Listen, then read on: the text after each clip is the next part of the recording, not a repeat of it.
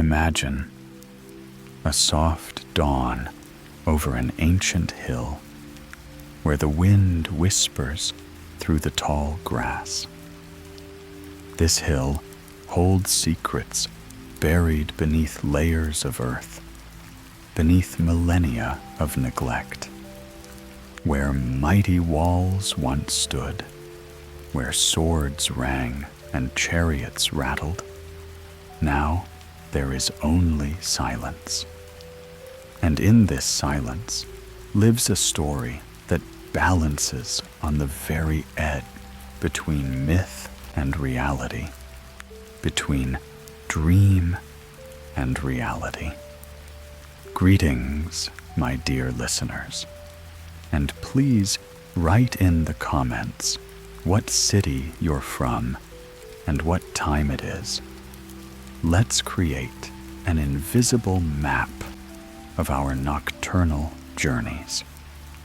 Today, we will go to the place where one of the greatest mysteries of human history begins, where a blind poet's song meets an archaeologist's shovel, where ancient stones keep silent about events that could have shaken the world more than 3,000 years ago. We will talk about Troy, this ghost town that disappears into the mist of legends, then suddenly materializes in the form of clay shards and charred logs. Close your eyes and imagine the 8th century BC. Somewhere in Asia Minor, perhaps on the island of Chios, perhaps in another Greek settlement, sits a blind old man. His name is Homer, and in his memory live songs, ancient as the very memory of the people. He does not read, he does not write, he remembers. Thousands of lines of heroic poems flow through his lips like a river carrying the reflections of distant times. And among these songs, there is one special one about the siege of a great city, about a war that lasted 10 long years, about heroes whose names will live forever. But what is it? A memory or a dream? A story or a beautiful fiction? For centuries, people have argued about it, reading the lines of the Iliad, where Achilles and Hector come to life, where the gods intervene in the affairs of mortals, where a wooden horse decides the fate of an entire civilization. Some thought the poem was just a beautiful fairy tale, a figment of inspired imagination. Others believed that somewhere beneath the earth lay the ruins of the very city of which Homer sang. Homer talked about a war that started because of a woman. Helen the Beautiful is a name synonymous with beauty, capable of shaking the foundations of the world. The wife of the Spartan king Menelaus, she was kidnapped or fled on her own. Sources differ on this delicate issue. With the Trojan prince, Paris. And now, 1,000 ships cover the blue surface of the Aegean Sea, heading for the shores of Asia Minor, where Troy stands, the city the Greeks called Ilion. But was Helen really the only Weisen? Modern scholars mildly doubt it. It is hard to believe that such a large-scale conflict could have erupted only because of affairs of the heart, even if royal. Troy stood in a very fortunate place, at the entrance to the Dardanelles, controlling the sea route between Europe and Asia. Here trade routes passed. Here the interests of different nations and kingdoms intersected. Perhaps behind the romantic story of Helena, there were more prosaic economic reasons. The struggle for control over strategically important sea routes. Homer described the war in all its colors. He tells how the Achaean ships approached the Trojan shores. 1,186 ships carrying 100,000 soldiers under Agamemnon, king of Mycenae. 10 times the defenders of the city. Such a ratio should have promised a quick victory. But Troy did not surrender. Its walls, built according to legend by the gods Apollo and Poseidon themselves, seemed impregnable. 9 years the siege lasted. 9 years during which the Greeks just circled the city like predators around prey they can't reach. They ravaged the neighborhood, attacked Troy's allies, but the city itself remained out of reach. You can imagine this languid war, not a quick, decisive battle, but a slow, exhausting siege, where time flowed like honey, where each day was like the last, where hope and despair alternated like the tides. And so, in the 10th year, events accelerated dramatically. 41 days. That's how long, according to Homer, the main events of the war lasted. 41 days, which the poet described with such detail, as if he himself had witnessed them.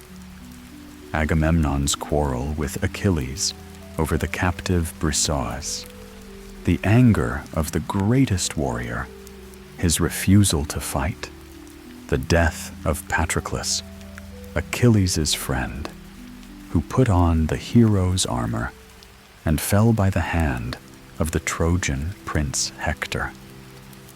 And then, the revenge of Achilles, the duel with Hector at the walls of Troy, the death of the Trojan hero and his long dishonor, when Achilles dragged the body of the defeated enemy around the city, tied to his chariot. Homer's narrative feels like something more than mere literary fiction.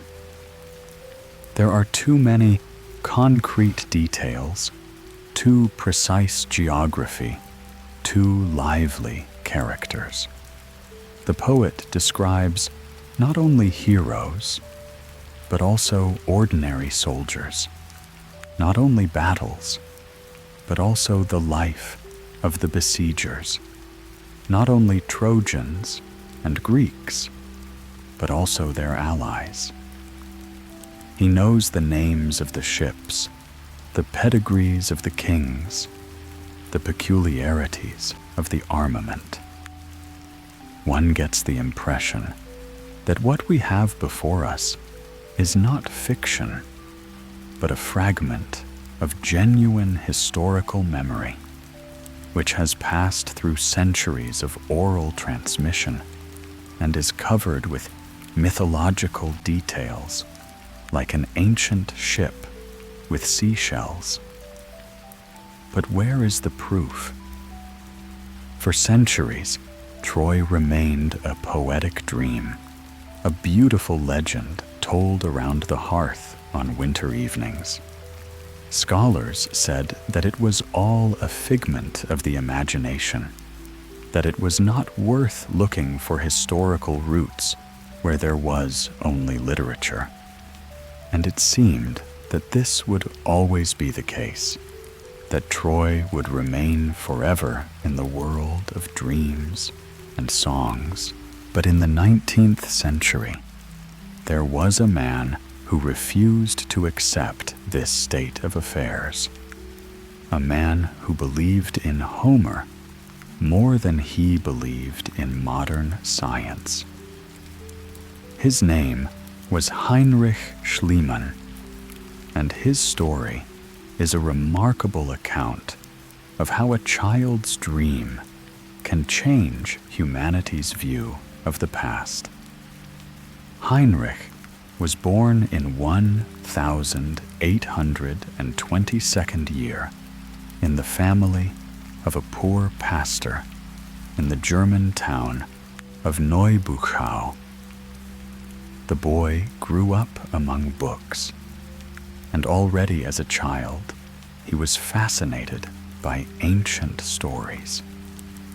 His father read him passages from Homer, and little Heinrich listened, holding his breath, about the exploits of Achilles and the cunning of Odysseus. Later, Schliemann himself said that it was then, as a child, he vowed to find the legendary Troy. However, biographers suspect that this beautiful story was invented in hindsight, a kind of hoax designed to romanticize his quest. Schliemann's path to archaeology was long and winding. At first, he was a merchant, showing an amazing talent for languages. He mastered 15 foreign languages, which opened any door in the world of commerce to him. His business was so successful that by middle age, he had amassed a huge fortune. His deals were particularly lucrative during the Crimean War, when Schliemann supplied various goods to the belligerents.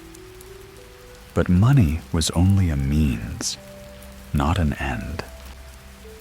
His real passion remained ancient Greek literature and the dream of Troy. At the age of 46, already a wealthy man, Schliemann decided on a radical change of life. In 1868, he traveled to Ithaca, the legendary island of Odysseus, and began his first excavations there, hoping to find the palace of the cunning king. These excavations did not yield sensational finds, but they gave Schliemann invaluable experience.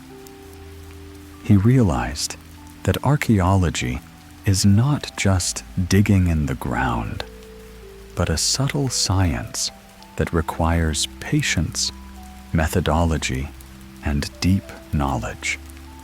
But most importantly, he was strengthened in his belief that if Odysseus's Ithaca was real, then Hector's Troy must also exist somewhere beneath the layers of earth and time. After the Ithatian excavations, Schliemann's gaze turned to Asia Minor, to the lands where, according to Homer, Troy should have been located. By that time, there were already scientific hypotheses about its location. The Scottish scholar Charles Maclaren suggested that the legendary city should be found in Troas, an area in northwest Asia Minor, near a hill that the locals called Hisarlik. Hill towered above the plain like a natural fortress. Its name meant palace in Turkish, which was intriguing in itself. Local peasants sometimes found strange shards and fragments that seemed very ancient. But no one suspected what treasures this unremarkable hillock hid. Schliemann did not wait for official permits and bureaucratic delays. In April 1877, he arrived at Hisarlik Hill and began excavations. The work was financed from his own funds, which gave him complete freedom of action. He hired local laborers and set about his work with the enthusiasm of an amateur and the tenacity of an entrepreneur. What he saw was beyond his wildest expectations. Beneath the turf and topsoil, the contours of ancient buildings began to emerge.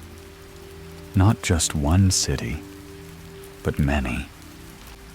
As if here, on this hill, for centuries, one civilization had been replacing another, each building on top of the ruins of the previous one.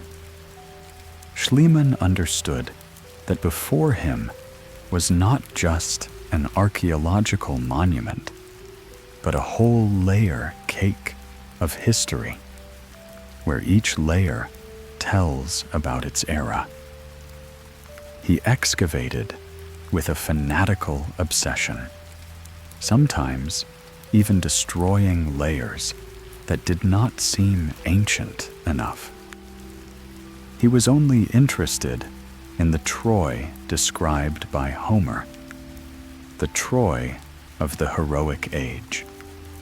He demolished Hellenistic and Roman layers ruthlessly, not realizing yet that he was destroying invaluable historical evidence.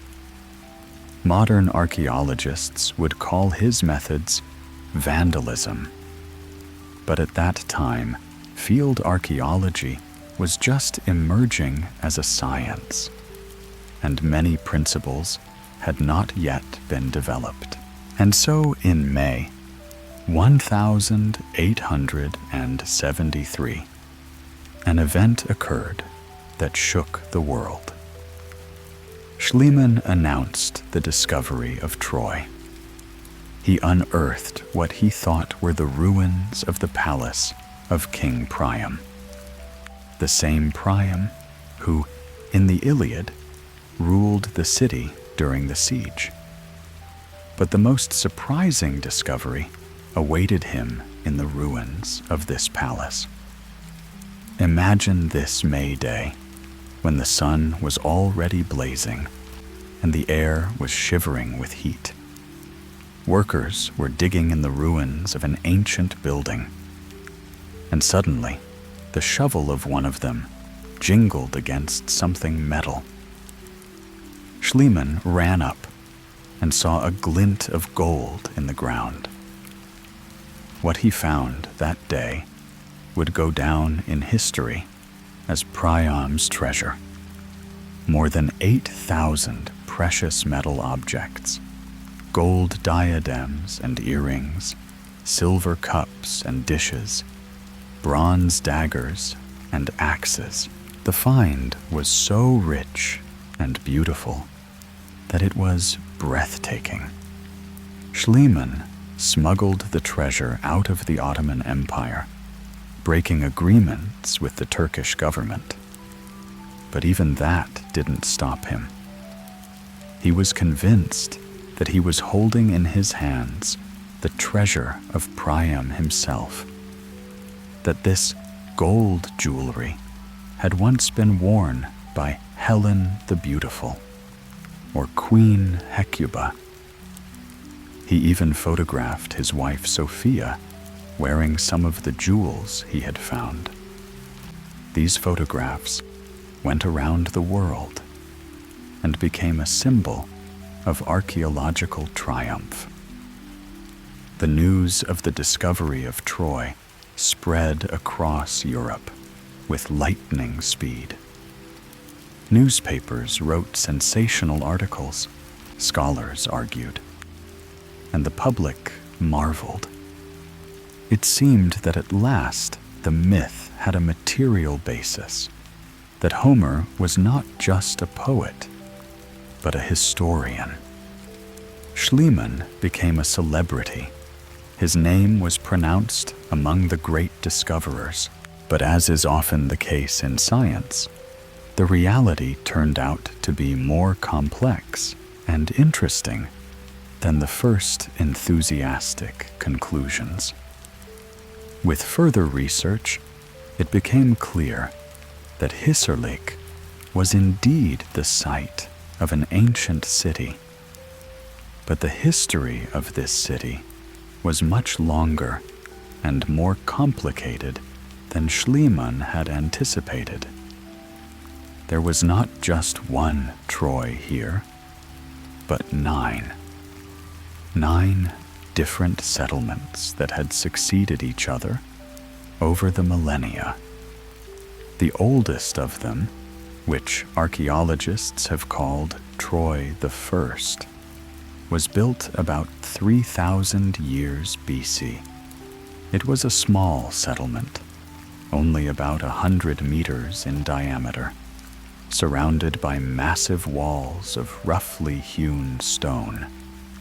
It was a small settlement, only about 100 meters in diameter, surrounded by massive walls of roughly hewn stone.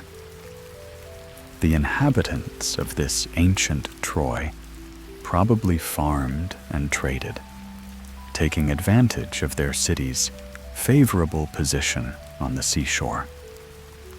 Traces of fire indicated that the settlement had perished in a fire, perhaps from an enemy attack, or perhaps from an accidental conflagration on the ruins of Troy. I grew Troy II, a larger and wealthier settlement that flourished from the 26th to the 23rd century BC. It was in its layers that the famous treasure that Schliemann mistook for Priam's treasure was found. Gold diadems, silver cups, bronze weapons, all this testified to the high level of skill of ancient craftsmen and the wealth of the city. But alas for Schliemann's romantic notions, Troy II was about 1,000 years older than the era described by Homer in his Iliad. The next 3 settlements, Troy III, IV, and V, existed from the 23rd to the 18th centuries BC. This was a time of relative decline. The cities were getting larger, but the archaeological evidence suggests a less developed culture. Troy V also perished in a fire, leaving behind a layer of ash and charred beams. But the real flourishing of this hill was during the existence of Troy VI, a city that flourished from the 19th to the 13th centuries BC. This city was already truly impressive. A citadel 200 meters in diameter, a lower city 400 meters long, walls up to 10 meters thick and 4 to 5 meters high. It had a well-developed water supply system, a real engineering marvel for its time.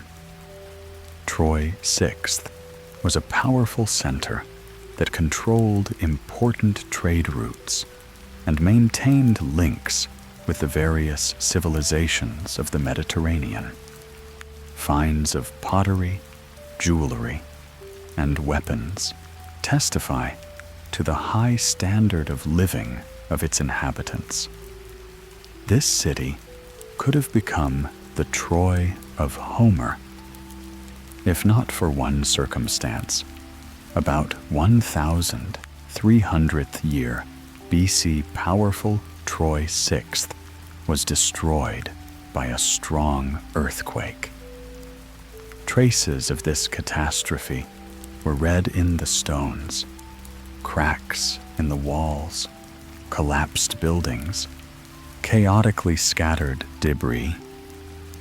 The natural elements had ended the prosperity of the great city, but life on the hill did not stand still. On the ruins of Troy VI, Troy VII emerged, a settlement that existed from the 13th to 12th centuries BC. And it is this period, the time of the existence of Troy, 7a, that modern archaeologists believe to be the most probable time of the events that formed the basis of Homer's Iliad. Troy 7a was smaller and poorer than its predecessor, but it was inhabited and fortified. And most importantly, it died not from an earthquake, but from war. Archaeologists have found unburied human remains, arrowheads, sling stones, and traces of fires. Everything pointed to a sudden and brutal attack, a siege, and an assault. Recent excavations in recent years have even uncovered a veritable cache of war munitions, sling stones and arrowheads, hidden near the palace complex. It looks like an ammunition depot of a besieged city preparing for defense. The picture was becoming clearer and clearer. Yes, Schliemann was wrong about the dating. His treasure of Priam was much older than the Homeric era, but he was right in the main. Troy existed, and in the era described by Homer, there really were major military events. The ancient poet sang not about fictional heroes, but about real people and real warfare, albeit embellished by poetic imagination. Time flows strangely in archaeology.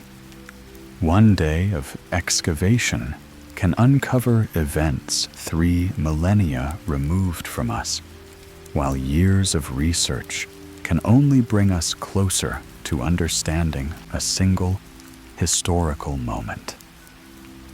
After Schliemann, Hisarlik Hill was not left alone. As a magnet attracts metal filings, so this ancient land continued to attract archaeologists, each of whom added new touches to the portrait of a vanished civilization. Wilhelm Dorpfeld, Schliemann's pupil and assistant, inherited not only the excavations, but also a passion for the search for truth. He worked more methodically, more cautiously than his mentor. Dorpfeld understood the value of each cultural layer and tried not to destroy what the previous researcher considered unimportant. After him came the American archaeologist Carl Bliegen, who in the middle of the 20th century carried out systematic excavations using already modern methods of stratigraphy and documentation of finds. Finally, at the end of the 20th century, Manfred Korfmann, a German archaeologist, took up the baton and was able to take a fresh look at Troy. He realized that previous researchers had concentrated mainly on the citadel, the fortified upper part of the city.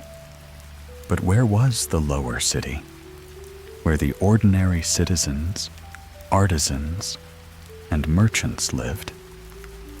Korfman began excavating outside the citadel and discovered the remains of a vast lower city that was much larger than previously thought. These discoveries overturned ideas about the scale of ancient Troy. It turned out that the city was indeed a large center, capable of withstanding a long siege by a large army. Korfman's findings included the remains of dwellings, workshops, warehouses, the entire infrastructure of a developed urban settlement. Troy appeared not as a small fortress, but as a real Bronze Age metropolis. But perhaps the most exciting discovery was the discovery of the moat, a defense structure that encircled the lower city. This moat was dug during the period of Troy 7a, at the very time when, according to ancient sources, the Trojan War was supposed to take place. Imagine, the enemies are approaching the city, and the inhabitants in a hurry to strengthen the defense, dig ditches, stockpile weapons. Recently, archaeologists even found a cache of war supplies, sling stones and arrowheads hidden near the palace complex. All this spoke of preparations for a serious military threat. The finds in the cemetery also told their own story. Archaeologists found that during the period of Troy 7a, the nature of burials changed. There were signs of haste, breaking traditional rituals. This could indicate troubled times when people did not have the opportunity to bury their dead in peace. And gradually, like a photograph appearing in a solution, the connection between archaeological findings and written sources of a completely different civilization began to emerge. In the early 20th century, scientists deciphered the archives of the Hittite kingdom, a powerful empire that in the 14th to 13th centuries BC controlled most of Asia Minor. Hittite cuneiform tablets mention a city called Vilusa. At first, this name did not tell researchers anything, but when they began to study the phonetic correspondences between the Hittite and Greek languages, a surprising thing was discovered. The Hittite Vilusa could be the same Troy that the Greeks called Ilion, because the C sound at the beginning of a word in Hittite often corresponded to the Greek I. Hittite documents from the 13th to 12th centuries BC tell of political and military conflicts around Vilusa. The city was mentioned in the context of diplomatic negotiations, military alliances, and territorial disputes. All this took place at the very time when, according to ancient sources, the Trojan War was about to unfold. The coincidence seemed too precise to be accidental. Another important discovery was the Luwian traces in Troy. The Luwians were a people related to the Hittites, who inhabited the southwestern part of Asia Minor.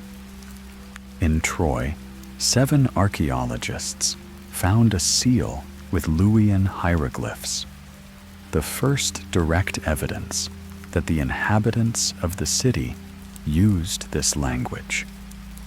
Moreover, analyses of the names of Trojan heroes in the Iliad showed that many of them were of Luwian rather than Greek origin. This discovery shed new light on the ethnicity of the Trojans. In Homer's poem, they speak Greek and worship Greek gods, but this may have been a poetic convention. Homer was writing for a Greek audience centuries after the events. In reality, the Trojans were probably Luwians, a people close to the Hittites, with their own language and culture. Interestingly, Homer depicted Apollo as the patron of Troy. It was this god who helped the Trojans in the war against the Greeks. And the Hittite texts mention a patron god of Velusa named Apollonius. The similarity of the names is striking, almost as if the poet had preserved the true memory of the ancient religious beliefs of the Trojans. All these discoveries forced archaeologists and historians to take a new look at the methods of dating ancient monuments. After all, in order to connect Homer's poem with a particular archaeological layer, it was necessary to accurately determine the age of the finds. And here, a whole army of different scientific methods came to the rescue, each of which, in its own way, read the book of time written in stones, bones, charcoals, and clay shards. The most revolutionary was the radiocarbon method developed by the American chemist Willard Libby, for which he received the Nobel Prize. The method is based on the amazing property of the isotope carbon-14, which is formed in the atmosphere under the influence of cosmic rays. All living organisms absorb this isotope together with ordinary carbon. But after death, the absorption stops, and carbon-14 begins to decay slowly. The half-life of carbon-14 is 5,730 years, give or take 40 years. This means that in that amount of time, half of the isotope's atoms are converted to nitrogen. By measuring the amount of remaining carbon-14 in charcoal, bones, grains, or any other organic material, scientists can determine when an organism died, and therefore the age of the archaeological layer. But this method was not as simple as it seemed at first. It turned out that the concentration of carbon-14 in the atmosphere has not been constant throughout history. It changed because of changes in the Earth's magnetic field, solar activity, volcanic eruptions. Therefore, radiocarbon dating had to be calibrated. That is translated into calendar years using another method, dendrochronology. Dendrochronology is the science of the annual rings of trees. Each year, a tree lays down a new ring, and the thickness of this ring depends on weather conditions. In rainy years, the rings are thicker. In dry years, they are thinner.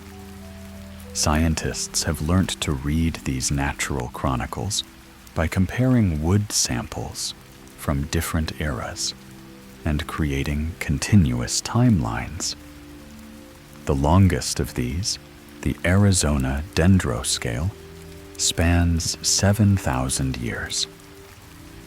When archaeologists find an ancient wooden object, they can determine not only the century, but also the exact year the tree was cut.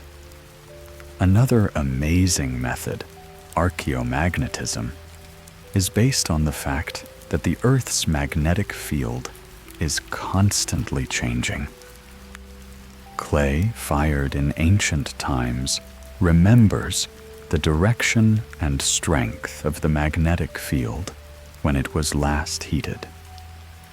Scientists create maps of these changes for different regions and can determine when a clay vessel or brick was fired simply by measuring the residual magnetization. Thermoluminescence is another way to look into the past.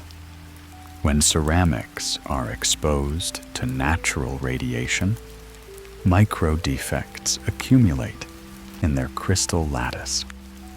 When heated, these defects disappear, emitting a faint glow. The longer the ceramic has been in the ground since the last firing, the brighter it glows when heated in the laboratory. This method is particularly valuable when it is necessary to date ceramics for which there are no organic remains. But the most important thing in archaeology is stratigraphy, the science of layers. The basic principle is simple. What lies below is usually older than what lies above. But in practice, it's much more complicated than that. Ancient people were digging holes, building foundations, digging over the ground. And these activities disrupted the natural sequence of layers. The archaeologist has to be a bit of a detective to unravel these puzzles of time. Schliemann, in his time, did not care much for the subtleties of stratigraphy. His methods would be called barbaric by modern scholars. He dug trenches through the hill, destroying layers he considered uninteresting. He wanted Homer's Troy, and everything else seemed an annoying nuisance. He demolished almost entirely the Hellenistic and Roman layers, Troy 8 and Troy 9, which are no less valuable to modern historians than the Bronze Age layers. This barbaric rush has cost science dearly. We lost a lot of information about the later periods of the city's existence. Troy 8 is the time when the Temple of Athena stood here, visited by Alexander the Great himself. Imagine the young conqueror of the world standing in front of an altar in the city, which he considered the birthplace of his mythical ancestors. Troy 9 is already the Roman period, when the descendants of Aeneas, as the Romans believed, were respectfully rebuilding the city of their legendary ancestors. Julius Caesar and Emperor Augustus invested in the maintenance of this symbolic city. But let's go back to the time when the lights of human habitation were first lit on the hill. Troy I, the oldest settlement, was founded about 5,000 years ago. It was a modest settlement, surrounded by strong walls of roughly hewn stone. Even then, at the dawn of civilization, the builders understood the strategic importance of this place. The hill dominated the surrounding plain, and from here, one could enjoy a beautiful view of the sea and the straits. Whoever controlled this hill controlled the most important trade route between Europe and Asia. Troy perished in a fire. Archaeologists find traces of a massive fire that destroyed the wooden structures and left a layer of ash and charred remains. The cause of the fire remains a mystery. Perhaps it was an enemy attack. Perhaps an accident. In those times, fire was both a friend and a foe of man. It warmed, lit, cooked food, and worked metal. But it could overnight destroy everything that people had spent years building. Troy II was reborn on the ashes, richer and more powerful than its predecessor. This city flourished for almost 3 centuries, from the 26th to the 23rd century BC. Its inhabitants traded with distant lands, as evidenced by finds of pottery and jewelry of clearly foreign origin. The craftsmen of Troy II were highly skilled in metalwork, and it was to this period that the famous treasure that Schliemann mistook for Priam's treasure belongs. The gold tiaras from this treasure trove are remarkable for their fine workmanship. Ancient masters were able to create complex patterns from the finest gold wire to decorate products with grains, small gold balls, which were soldered to the surface without visible seams. Silver vessels were characterized by elegant proportions and purity of metal. Bronze axes and daggers were not only weapons, but also works of art. Their handles were decorated with complex ornaments, and the blades were cast with such precision that the cutting edge was as sharp as a razor. But Troy II also met a violent end. Traces of destruction spoke of a sudden attack. Houses were abandoned in a hurry, with everyday items and valuables left behind. The inhabitants did not have time to carry away their most precious possessions, or they had to hide the treasures in the hope of someday returning. Priam's hoard could be just such a hiding place, hidden in the last hours before the catastrophe and never claimed by the owners. The next 3 cities, Troy the third, fourth, and fifth, represented a period of relative decline. The settlements grew larger, but the culture, judging from the finds, was less refined. Pottery was simpler, jewelry coarser, weapons less elaborate. It may have been a time of political instability, when trade links were disrupted and craft traditions were lost. Troy V also perished in a fire around the 18th century BC, leaving behind a thick layer of ash and charred beams. And so, after this decline, life blossomed again on the hill. Troy, 6th which existed from the 19th to the 13th centuries BC, was a marvel of engineering and architecture. The citadel grew to 200 meters in diameter. The lower city stretched 400 meters, and the walls were 10 meters thick at 4 to 5 meters high. These walls were built of carefully worked stone blocks that fit together so tightly that a knife blade could not be slipped through the gaps between them. The water supply system of Troy VI was particularly striking.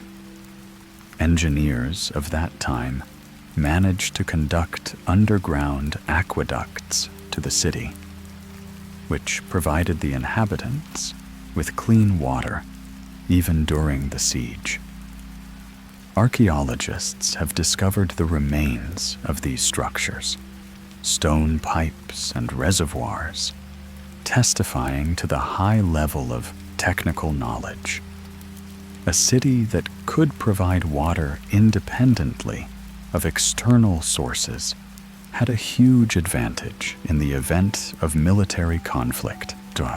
Troy VI maintained trade relations with Mycenaean Greece, with Egypt, with the distant lands of the east. In its layers, archaeologists find Mycenaean pottery, Egyptian scarabs, cylindrical seals of Mesopotamian type. The city was a cosmopolitan center where different cultures and traditions met. Its markets probably spoke dozens of languages and sold goods from the farthest corners of the then known world. But around 1330 BC, the prosperity of Troy VI suddenly came to an end. The culprit was not war, but a natural disaster, a powerful earthquake that destroyed the impregnable walls and turned the great city into a pile of ruins. Traces of this catastrophe can still be read in the stones, cracks in the masonry, collapsed walls, chaotically scattered blocks. The earth shook, and overnight, the civilization that had been built over centuries disappeared. But the inhabitants did not leave the hill. They built a new city, Troy 7A, on the ruins of Troy 6. This settlement was poorer and smaller than the previous one, but it was inhabited and ready for defense. And it is this period, the time of the existence of Troy 7A, from the 13th to the 12th centuries BC, that modern science connects with the events described in the Iliad. Radiocarbon analyses of samples from the Troy 7A layers yield dates that are remarkably consistent with those given by ancient historians for the Trojan War. They placed the fall of Troy around the turn of the 13th to 12th centuries BC. And modern scientific methods confirm this chronology. But radiocarbon is only one of many tools in the arsenal of modern archaeologists. Dendrochronology, the science of tree annual rings, is used to calibrate radiocarbon dates. Each tree is a natural chronicle that records the history of climate. In dry years, the rings are thin. In wet years, they are thick. By comparing wood samples from different eras, scientists create continuous chronological scales, accurate to 1 year. Imagine an ancient carpenter cutting down a tree to build a house in Troy. He has no idea that millennia later, scientists will be able to determine not only the year the tree was cut, but even the season and weather conditions of the time. Each ring tells its own story. Here is a drought that lasted 3 years in a row. Here is an unusually rainy summer. Here is a series of cold winters. Archaeology teaches us patience, a geological, almost cosmic patience. Each shard, each charred piece of wood carries a message from the past. But it takes time to read this message. You need to collect thousands of small details, compare them, analyze them, and only then does the picture of a long vanished life begin to emerge. And so, collecting these fragments of time, piece by piece, scientists gradually reconstructed the last days of Troy 7a, the city that may have been Homer's Troy. The picture is dramatic and tragic. Archaeologists found unburied human remains, evidence that death came suddenly, and the living did not have time to commit the dead to the ground, according to all the rules. They found arrowheads of the Aegean type, exactly the type used by the Aegean Greeks. They found sling stones, neatly worked and stacked in hiding places near the palace walls, as if the inhabitants were preparing for a long siege. The Trail of Fires told the story of the city's final hours. The fire engulfed Troy 7a swiftly and mercilessly. Maybe it was arson by the attackers, or maybe the flames spread accidentally during street fighting. Either way, the city died quickly and was unable to put up an organized resistance until the end. This is very reminiscent of Homer's description of the sudden night assault, when the Trojans, intoxicated by their supposed victory over their enemies, were sleeping a peaceful sleep, and the Greek warriors were already making their way through the dark streets. The wooden horse, the most famous episode of the Trojan War, cannot be confirmed archaeologically, of course. Wood does not survive in the ground for thousands of years, especially if it has been burned. But the idea of a stratagem, a military stratagem that made it possible to overcome an impregnable defense, seems quite realistic. A siege lasting 10 years must have exhausted not only the besieged, but also the besiegers. The Greeks could have gone to deception to infiltrate a city that could not be stormed. Homer tells us that the Trojans themselves dismantled part of the city wall to drag a huge wooden horse inside the city. Archaeologists have indeed found breaches in the walls of Troy 7a that could have been made from the inside. Of course, these breaches could have appeared for other reasons. For example, the inhabitants were widening the gates or repairing the fortifications. But the coincidence is curious. After the demise of Troy 7a, life on the hill did not stop, but changed dramatically. Troy 7b, which existed from the 12th to the 9th centuries BC, was a very different city. It was inhabited by the Phrygians, a people who came from the Balkans and brought with them a new culture. Archaeologists find here a new type of pottery, other forms of weapons, other funeral rites. This was the era of the great migrations of peoples, when the old world of the Bronze Age was crumbling and the new Iron Age was still taking shape. In the 9th century BC, Greeks settled on the hill, the same descendants of the Achaeans, who, according to legend, once destroyed Troy. The irony of history.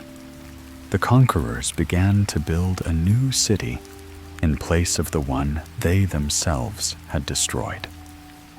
Troy 8 was already a Greek polis, with a temple of Athena and regular sacrifices. Pilgrims came here from all over the Greek world to worship the goddess and remember heroic legends. Alexander the Great, on his way to Asia, stopped in Troy and sacrificed in the temple of Athena. The young conqueror of the world saw himself as the new Achilles, and his campaign as a continuation of the Trojan War. He dreamed of surpassing the exploits of Homer's heroes, and in a sense, he succeeded. His conquests stretched from Egypt to India. The Roman period brought new greatness to Troy. Troy 9, which existed from the 4th century BC to the 4th century AD, became a major Hellenistic and then Roman center. The Romans particularly revered this city, considering themselves descendants of the Trojan Aeneas, who, according to Virgil, escaped from burning Troy and founded the family that gave rise to the Roman nation. Julius Caesar and Emperor Augustus invested huge sums in the restoration and decoration of the city. They built theaters, thermae, temples, everything that made the Roman city the center of civilization. But even this greatness came to an end.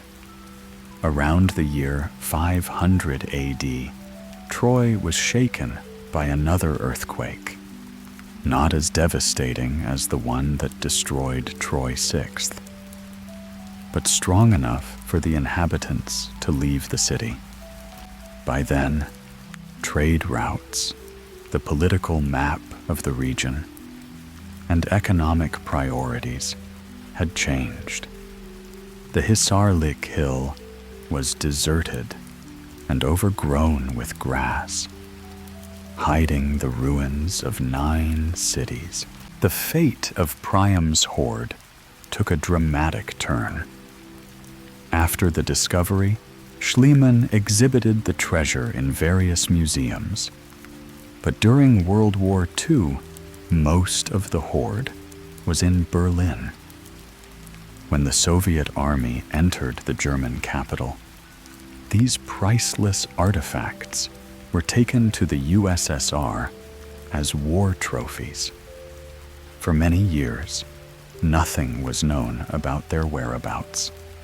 And only at the end of the 20th century, it became clear that the gold of Troy is stored in the Pushkin Museum in Moscow and in the State Hermitage Museum in St. Petersburg. So the ancient treasures made another journey. from Asia Minor to Germany, and from there to Russia. Today, when we know much more than Schliemann, the question of the reality of the Trojan War looks different than it did a century and a half ago.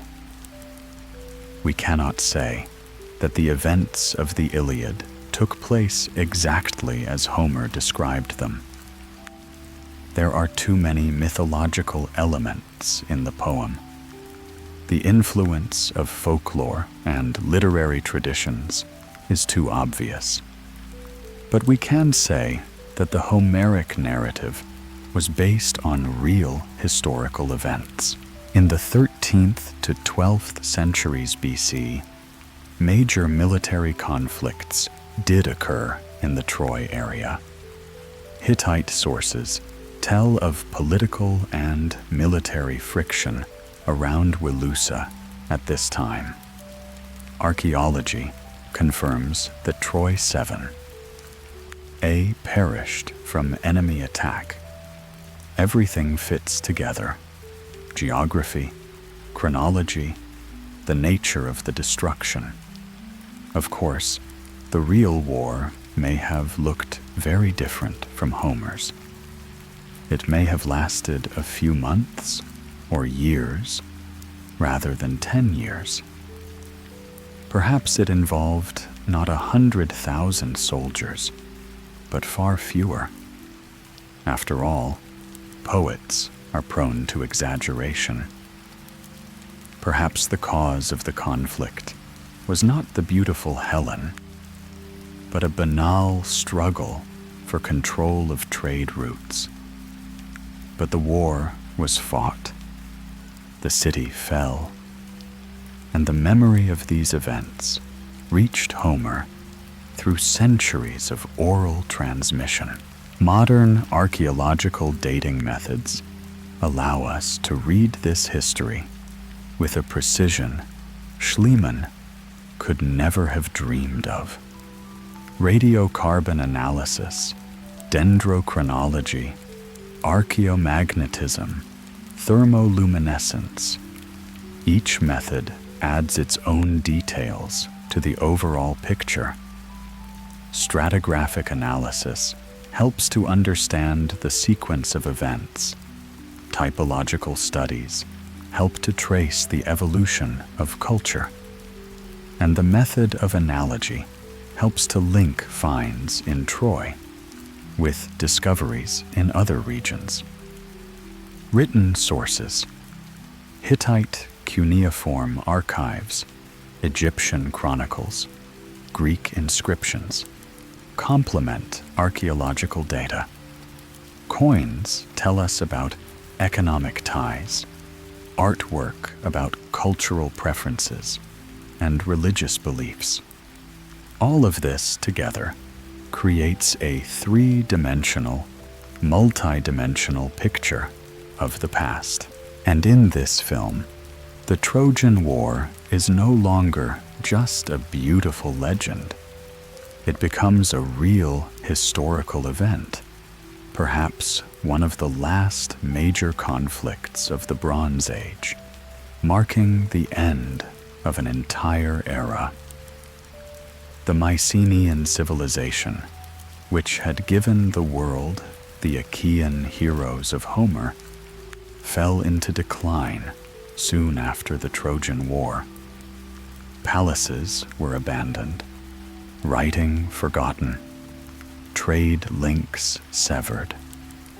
Greece plunged into the Dark Ages, from which it emerged completely transformed, with a new alphabet, a new culture, new gods. But the memory of the Great War did not disappear. It lived on in songs sung by traveling singers at feasts and folk festivals. Gradually, the historical basis was enriched with mythological details. Real people turned into demigods, ordinary events into miracles. By the time Homer wrote his Iliad, there were 4 or 5 centuries between the war and the poem. Enough time for history to become legend. But the legend has preserved the main thing, the memory that once upon a time, in the distant past, an event so significant that it shook the entire world at that time took place. A war between East and West, between Asia and Europe, between 2 civilizations, each of which considered itself the center of the universe. Schliemann, for all his mistakes and shortcomings as an archaeologist, did the most important thing. He believed in Homer. He showed that poetic images could hide historical realities. His excavations initiated the scientific search for material traces of the legendary past. Yes, he confused cultural layers. Yes, he destroyed important archaeological data. Yes, his Priam's treasure was 1,000 years older than the Homeric era. But he proved the most important thing. Troy existed. Modern archaeology has become a much more subtle and careful science. Today, every square meter of excavation is documented with photographic precision. Each find is given its own number and description, and each sample is selected for analysis according to strict rules. Archaeologists work in a team with anthropologists, geologists, chemists, physicists. Only an interdisciplinary approach allows to extract maximum information from the scarce remains of the past. Dating methods are becoming more and more accurate and diverse. In addition to the already mentioned radiocarbon analysis and dendrochronology, scientists use the potassium-argon method to date very ancient samples, thorium-20 and radium-actinium methods for lower Paleolithic finds. The half-lives of the isotopes used in these methods are measured in millions and billions of years. The kind of precision needed when it comes to humanity's origins. But back to our Troy. After the destruction of 7A, life on the hill continued, but in a completely different way. Troy 7B, which was settled by the Phrygians, was a dilapidated shadow of its former grandeur. The new inhabitants did not endeavor to restore the former sprawl. They were content with modest homes among the ancient ruins. The Phrygians brought with them a new ceramic tradition, new forms of weaponry and jewelry. But the general standard of living was much lower than in their heyday. Greek Troy 8 was a very different city. Here lived the Allianic Greeks, descendants of the very people who had once besieged Troy. They built the temple of Athena, the goddess of wisdom and just war, the same Athena who, according to Homer, helped the Achaeans in their fight against the Trojans. Symbolically, the patron goddess of the Greeks was now the protector of the new Greek city on the same site. Pilgrims came to this temple from all over the Greek world. For them, Troy was not just a city. but a sacred place where the events sung in immortal poems had once unfolded. They brought gifts, made sacrifices, listened to rhapsodes who performed excerpts from the Iliad and the Odyssey. Thus, real geography was combined with poetic mythology. The Roman period was the last heyday of Troy. The Romans, who considered themselves descendants of the Trojan Aeneas, treated the city with special reverence. According to Roman legend, Aeneas fled the burning Troy, carrying his old father Anchises on his shoulders and leading his son Julah by the hand. After a long journey, he reached Italy and became the ancestor of the family from which Romulus and Remus, the founders of Rome, later descended. This legend was not just a beautiful tale, but an important element of Roman ideology.